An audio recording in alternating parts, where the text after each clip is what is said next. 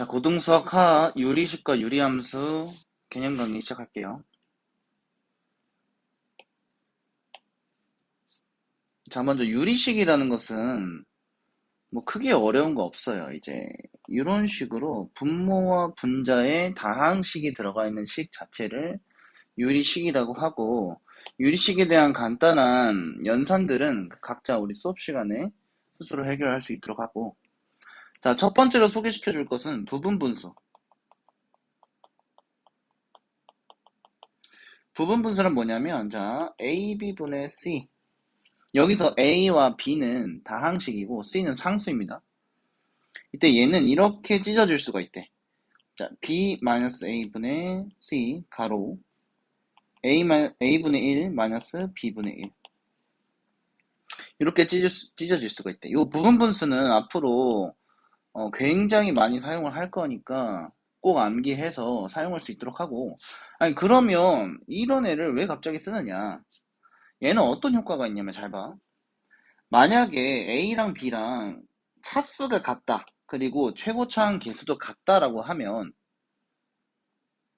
우리가 B-A라는 애를 연산을 함으로써 얘는 차수가 낮아지는 효과를 가져올 수 있는 거예요. 예를 들어서 A가 X야. 그리고 B가 X 플러스 1이야. 뭐 C는 1이라고 하자. 그러면 X 곱하기 X 플러스 1분의 1이라는 녀석이, 자, 뒤에 거에서 앞에 거 빼주고 분의 1 가로 자리 그대로 지키면서 X분의 1, X 플러스 1분의 1 이렇게 빼게 되면 어때?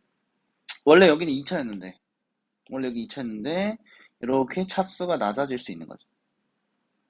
그리고 만약에 이런 상황이 여러 개 있다라고 하면, 자, X분의 1, X 플러스 1분의 1 이렇게 더하기 뭐 X 플러스 1, X 플러스 2 분의 1, X 플러스 2, X 플러스 3분의 1 이라고 하면 얘는 부분분수에 의해서 찢을 수가 있고, 그럼 결과가 자리 그대로 지키면서 빼주시고 이렇게, 그리고 똑같이 옆에도 보이나?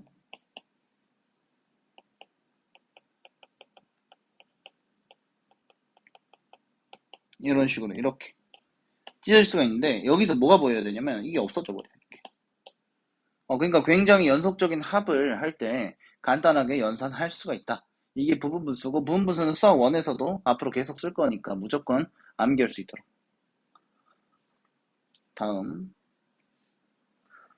자, 비례식을 다루는 방법. 자, 비례식입니다. 비례식. 비례식은 이런 모양이 있지. A 대 B는 C 대 D이고 얘는 E 대 F다. 이런 식으로 비율이 같다라고 소개를 하면 얘는 어떤 말이랑 똑같냐면 B분의 A, B와 A의 비율이랑 D분의 C, D와 C의 비율이 F분의 E, F와 E의 비율과 같다. 또한 만약에 이렇게 비율이 같다라는 식을 우리가 찾았다라고 하면 얘를 어떤 상수 K를 통해서 이렇게 표현을 하게 되면 이렇게 할 수도 있는 거지. 뭐 A는 BK, 그렇지? 그리고 C는 DK, E는 FK. 이런 식으로도 표현을 할 수가 있다. 그래서 비례식을 사용하는 방법에 대해서 얘기를 했고, 자, 두 번째는 가비의 리. 가비의 리는 식을 언뜻 보면은 이게 뭐야 라고 할 수 있는데 원리를 알면 굉장히 이해가 쉽다. 자, 가비의 리란 무엇이냐면 B분의 A가 D분의 C랑 같고 F분의 E랑 같다라고 하자. 그때 어떤 식이 성립하냐면 B 플러스 D 플러스 F, 분모끼리 더한 거 분의 분자끼리 더한 거를 하면 그것이 서로 똑같대. 신기하지? 그러니까 해석을 하면 이런 거야. B랑 A랑 비율, 그리고 D와 C의 비율, F와 E의 비율이 똑같을 때 그 분모끼리 더한 거 분의 분자끼리 더한 것이 똑같다라는 것이고, 심지어는 요렇게 여기 우리가 P라는 이렇게 상수를 곱해도 상관없는 거고 어차피 비율이니까 Q를 곱해도 되고 R을 곱한다라고 했을 때 그때도 성립한다. 당연히 PB 더하기 QD 플러스 RF 분의 어쩌고 저쩌고 저쩌고 이렇게 성립한다. 자, 그럼 이거는 왜 성립하느냐? 자, 이렇게 생각하면 쉬울 것 같아. 우리가 라면을 끓였어. 라면을 끓였어. 라면 끓였을 때 우리가 농도를 얘기를 하면은 전체 라면물의 양분의 스프의 양이 될 거야. 그지? 그래서 라면을 세 명이서 덜어 먹으려고 요 라면을 세 개의 그릇에 나눠 담은 거야. 이런 식으로. 그럼 아까 얘기했던 것처럼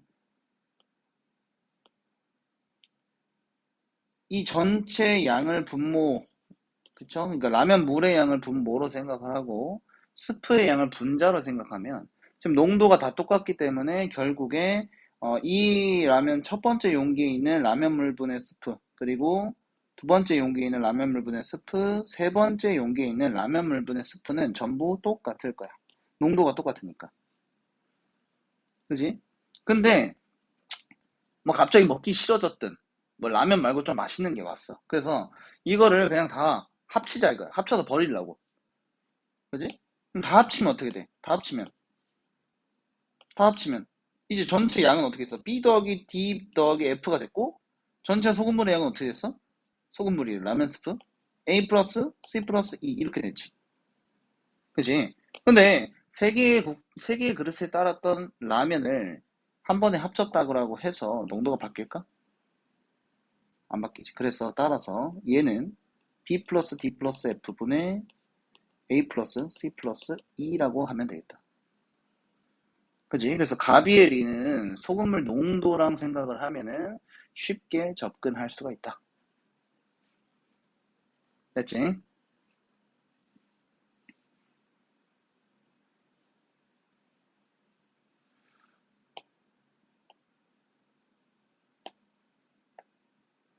자, 다음. 자, 이제 유리식에 대한 간단한 얘기를 했고, 이제는 유리함수에 대한 얘기를 할 거다. 우리가 지금 앞으로 뭐뭐를 배울 거냐면 함수들에 대해서 유리함수, 그리고 무리함수, 그리고 수학 1에 가면은 지수함수, 로그함수, 삼각함수 이렇게 배울 건데 걔네들은 우리가 이제 앞으로 배우는 구조가 전부 다 똑같아. 구조가 똑같아. 자, 함수 단원의 구조를 이해를 하면 조금 더 함수를 이해하는 데 편할 것 같아. 첫 번째, 기본형에 대한 거야, 기본형. 우리가 2차 함수를 처음에 배울 때도 뭐부터 배우냐면 y는 ax 제곱부터 배워. 기본형이라고 하지, 얘를. 그지? 그래서 y는 ax제곱처럼 이렇게 가장 기본이 되는 이 형태에 대해서 결국에 이 함수가 가지고 있는 성질들이 무엇이나 정확하게 정리를 하게 되지. 이게 첫 번째 순서예요, 기본형. 다음 두 번째, 기본에 대해서 배웠으니까 이제는 평행 이동을 했을 때는 어떨 것이냐라는 거야. 평행 이동을 했을 때는 어떻게 될 것이냐. 그러니까 표준형이라고 한다, 표준형. 근데 우리는 고3 마지막 단원 도형의 이동에서 평행 이동은 어떻게 이루어지는지를 이미 배웠다. 다시 한번 복습하면 x축의 방향으로 a만큼 평행 이동하면 x 대신에 x-a를 대입하면 되고 y축의 방향으로 b만큼 이동을 하게 되면 y 대신에 y-b를 대입하면 된다. 그리고 x축에 대해서 대칭 이동을 하면 어떻게 되나? 그러면 y 대신에 마이너스 y를 대입하고 y축에 대해서 대칭을 하게 되면 x 대신에 마이너스 x를 대입한다. 이 절대 법칙에 의해서 우리가 기본형에서 배웠던 요 놈을 이동시켜서 관찰할 건데 제일 중요한 건 뭐냐면 이동시키기 전에 기본형에서 가졌던 성질들을 이동한 후에 그쪽의 위치에서 똑같이 갖는다라는 사실이다. 성질이 전혀 변하지 않는다. 대신에 그 성질을 띠는 위치가 바뀔 뿐. 됐지? 그리고 세 번째, 자, 표준형을 했어. 근데 이렇게 표준형이라는 것은 우리가 지금 모양을 보면은 x 대신에 뭘 대입하고 y 대신에 대입을 해서 뭔가 이렇게 가로가 쳐져 있고 이런 상황일 거라시란 말이야. 걔를 쭉 전개를 한 형태를 일반형이라고 한다. 일반형. 2차 함수로 치면 우리가 y는 ax 제곱 플러스 bx 플러스 1이. 오케이?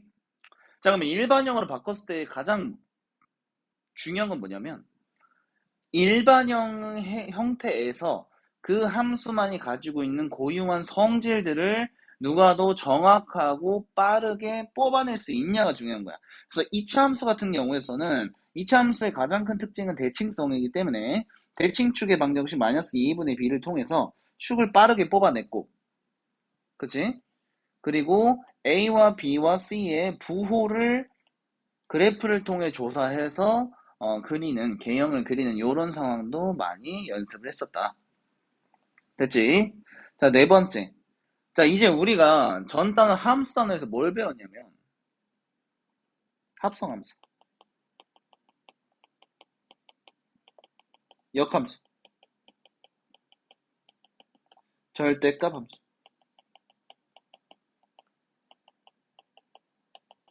에 대해서 배웠기 때문에 이제 우리가 어떤 함수를 배웠다라고 하면 그 함수에서 합성을 한다던가 역함수에 대해서 관찰한다던가 절대값을 씌워서 변형을 시킨다던가 이런 식으로 관찰이 될 수 있다.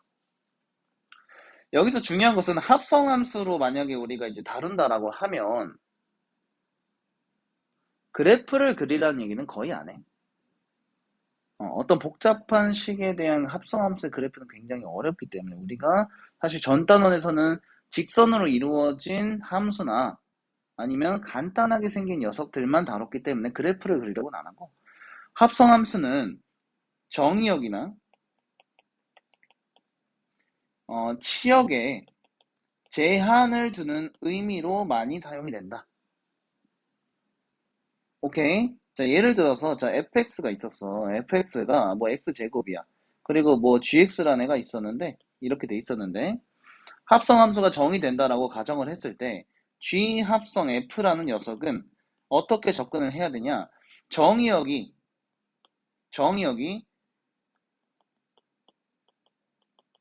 0보다 크거나 같다라는 식으로 이렇게 제한이 되는 거지.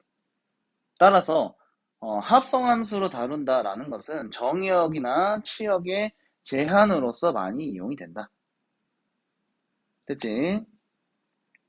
자, 역함수는 우리가 해봐서 알겠지만 그래프적 특징으로는 y는 x 대칭이라는 것이 있고 그 다음에 식의 계산에 있어서 어떻게 했었지? 만약에 fa가 b라고 하면 f 인버스 b는 a다. 속과 겉을 바꾸면서 인버스 취하면 됩니다. 그래서 이런 것들을 활용할 거고 절대값도 마찬가지로 우리가 배운 절대법칙, 절대값을 포함한 그래프 네 가지 성질을 통해서 개형을 그리고 그래프를 그리고 해결할 건데 중요한 것은 그래프를 꼭 그려야 한다는 것까지. 자, 됐지? 이제 유리함수 직접 가보자. 사실 유리함수는 우리가 처음 보는 게 아니야.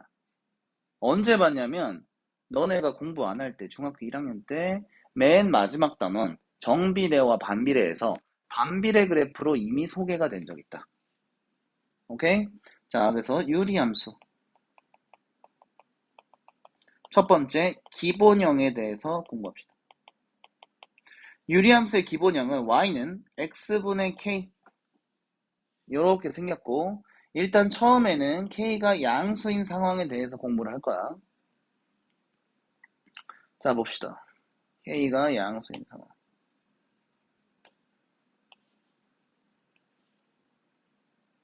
자, k가 양수 때 우리가 반비례 그래프 어떻게 생겼는지 알지? 이런 식으로 생겼고 이런 식으로 생겼다.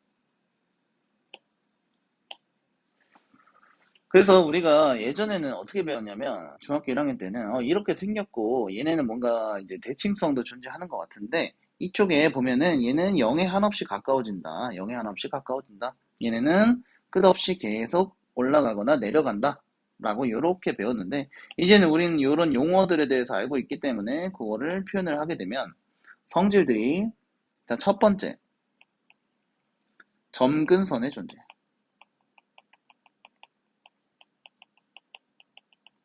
지금 보면은 x가 한없이 커지면 어떻게 돼? 0에 가까워지지? 그치? 그리고 x가 한없이 작아질 때도 0에 가까워진다.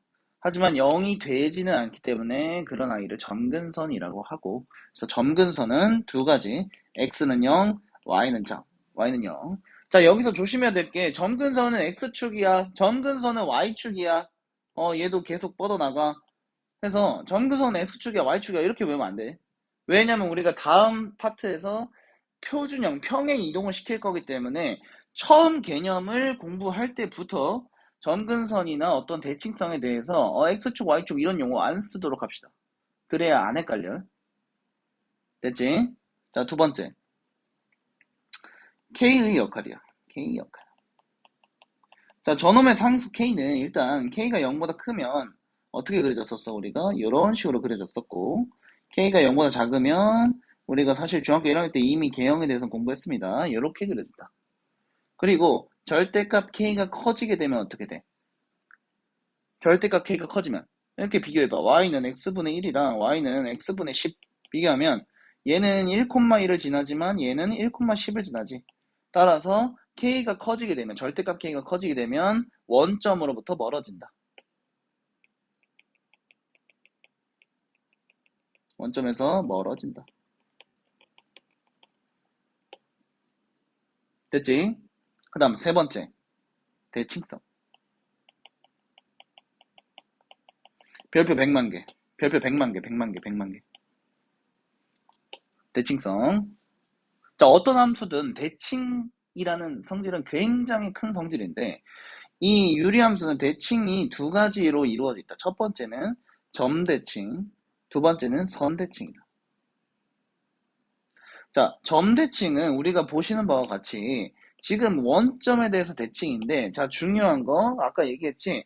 원점, x축, y축 이런 단어 쓰면 표준형에 가서 헷갈린다고. 오케이? 자, 그래서 얘는 어떤 거에 대해 점대칭이냐? 점근선의 교점에 대해서 점대칭이다.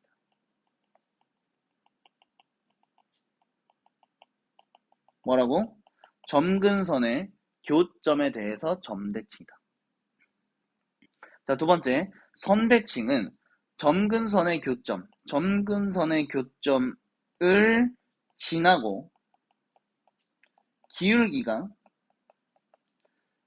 플러스 마이너스 1인 직선에 대해서 선대칭이다. 자, 그래프를 한번 관찰을 해보면 점근선이 교점을 지나면서 기울기가 1짜리, 그리고 기울기가 마이너스 1짜리. 좀 이상하게 그렸네? 마이너스 1짜리인 직선에 대해서 선대칭이다. 정말 중요하다. 이 대칭성을 활용해서 문제를 해결하는 방법도 있고, 결국에 유리함수의 핵심은 점근선이기 때문에, 그리고 우리가 개형을 알거나 식을 찾을 때 저 점근선에 대한 정보를 줄 때 뭐뭐에 대해서 대칭이다라는 식으로 굉장히 정보를 많이 주기 때문에 이 대칭성은 꼭 기억할 수 있도록 합시다. 됐지? 이제 기본형에 대해서 다 했어. 그 다음,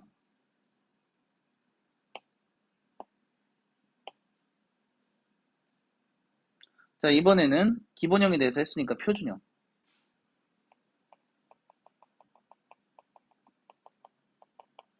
지금 그래프를 어떻게 할 거냐면 x축의 방향으로 x-a만큼, y축의 방향으로 y-b만큼 평행 이동시킬 것이다. 그러면 식이 어떻게 되냐면 y는 x-a분의 k 플러스 b 이렇게 바뀌어. 그리고 이제 그래프를 관찰할 건데 잘 봐. 여기서 잘 봐.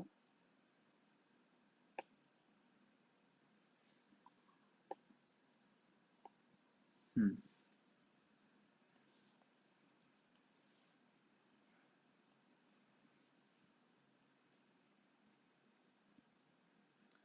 똑같이 생겼어. 그런데 뭐만 바뀌어? 원래 점근선이 x는 0, y는 0이었는데 이동을 했잖아. 그치? 그러면 모양은 똑같을 것이나 점근선이 뭐가 되겠어? 얘가 x는 a, 얘가 y는 b가 된다라는 거야. 당연한 얘기지, 그치? 그 다음, 점근선의 교점은 뭘로 바뀌었어? a, b로 바뀌었어. 됐지? 그 다음, 그러면 원래 우리가 어떻게 공부했지, 방금? 점근선의 교점을 지나면서 길게 일자리라고 했으니까, 아하, 요 놈에 대해서, 그리고 요 놈에 대해서 선대칭이구나. 그러면 우리가 앞에서 배웠던 요 성질들이 평행 이동을 해서 그대로 벌어지고 있다. 그대로 그 성질을 가지고 있다라는 것을 알고 있기 때문에 한 방에 정리할 수가 있다. 자, 얘는 점근선이 어떻게 되나? 점근선. 점근선이 x는 a, y는 b. 두 번째, k에 대한 역할은 뺄게. 그 다음에 두 번째 대칭성에 대해서 두 가지였는데 점대칭 그리고 선대칭. 자, 뭐에 대해서 점대칭이지? 그렇지. a, b. 근데 얘가 뭐야? 바로 점근선의 교점. 다음 선대칭인데 뭐에 대해 선대칭이야? a, b 점근선의 교점을 지나면서 기울기가 일자리 마이너스 일자리. 그러면 y-y1은 기울기가로 x-x1. 그죠? 점근선의 교점 a, b를 지나면서 기울기 일자리. 또한 y-y1은 기울기가로 x-x1. 기울기가 마이너스 일자리에 대해서 선대칭이다. 됐지? 그래서 이제 우리가 평행이동의 절대법칙을 알고 있기 때문에 이렇게 성질을 바로 파악할 수가 있다. 그치? 여기에서 이런 얘기를 할 수 있을 것 같아. 우리가 평행이동을 할 때 평행이동을 했는데 만약에 겹쳐졌대. 그 말은 뭐겠어? 이쪽에 있는 요 K가 정확하게 똑같았다라는 거지. 분자에 있는 요 상수가 정확하게 똑같다. K가 같다.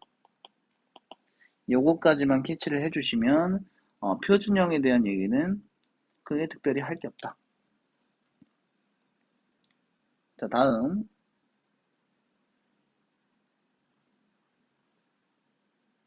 자, 표준형 했으니까 세 번째. 일반형.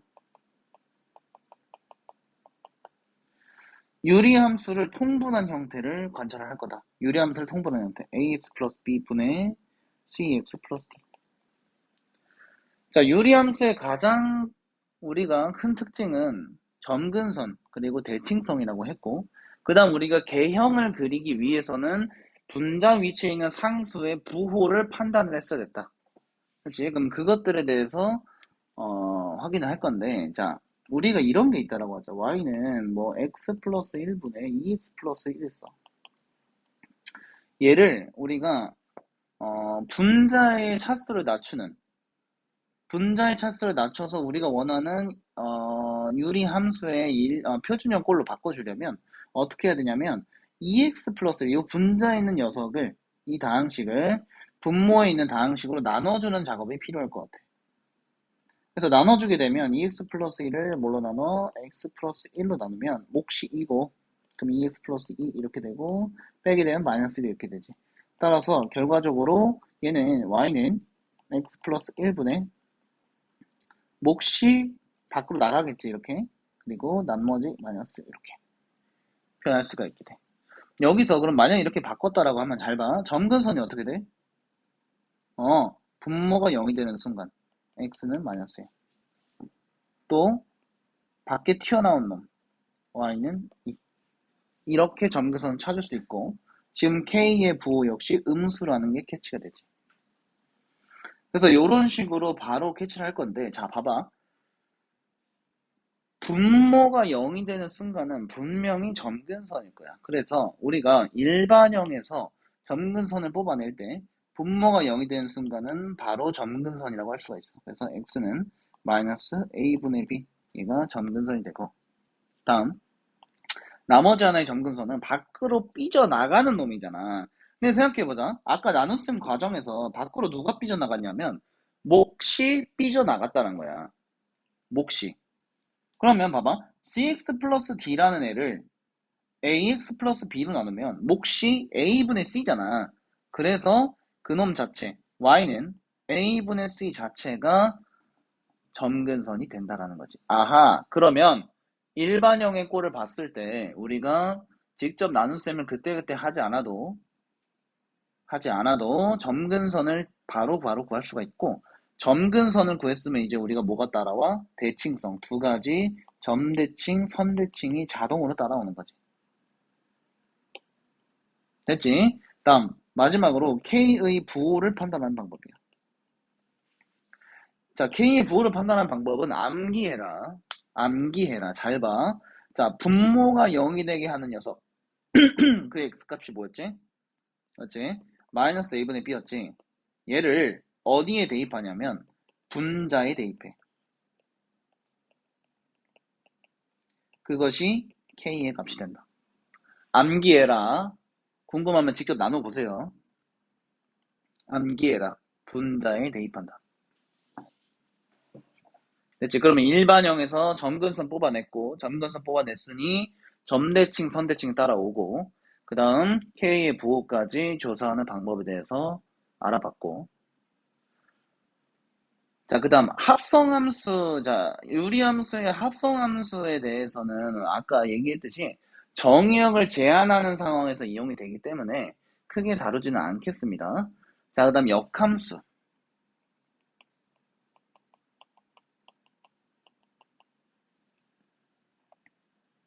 역함수.